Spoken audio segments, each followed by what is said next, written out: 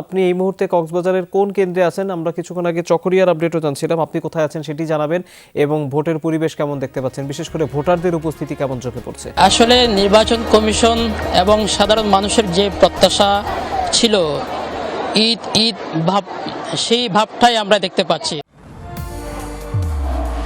নির্মাণে number 1 Shah cement.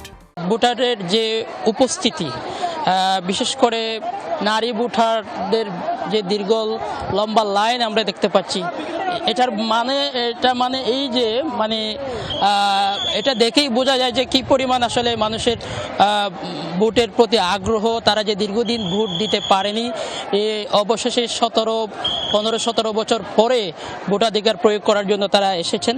এবং আমি এই মুহূর্তে আছি কক্সবাজারের উখিয়ার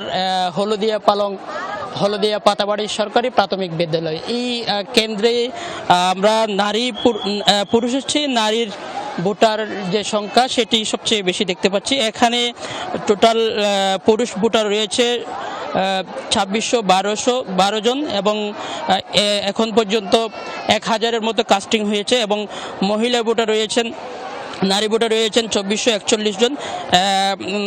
এখন পর্যন্ত 34% কাস্টিং হয়েছেন। কক্সবাজারের উখিয়া যেহেতু সীমান্তবর্তী এলাকা, এই সীমান্তবর্তী উখিয়া এবং টেকনাফ দুটি কিন্তু সীমান্তবর্তী এলাকা। এখানে মিয়ানমার সংলগ্ন এই এলাকায় একটু ঝুঁকিও থাকে, যেহেতু সীমান্ত এলাকার হওয়ার কারণে বিভিন্ন সশস্ত্র সংগঠন, সন্ত্রাসী গোষ্ঠীর একটা তৎপরতা থাকে, সেই কারণে কিন্তু একটু আশঙ্কা থাকে। কিন্তু মানুষের যে উপস্থিতি দেখছি, সব আশঙ্কাকে উড়িয়ে দিয়েই মানুষের আগ্রহ জানার।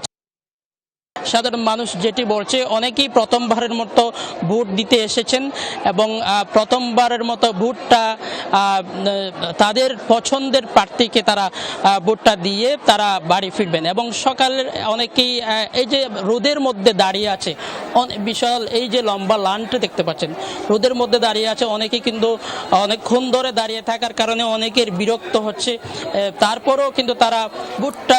ধন্যবাদ আপনাকে। কক্সবাজারের খবর জানাচ্ছিলেন আপনি।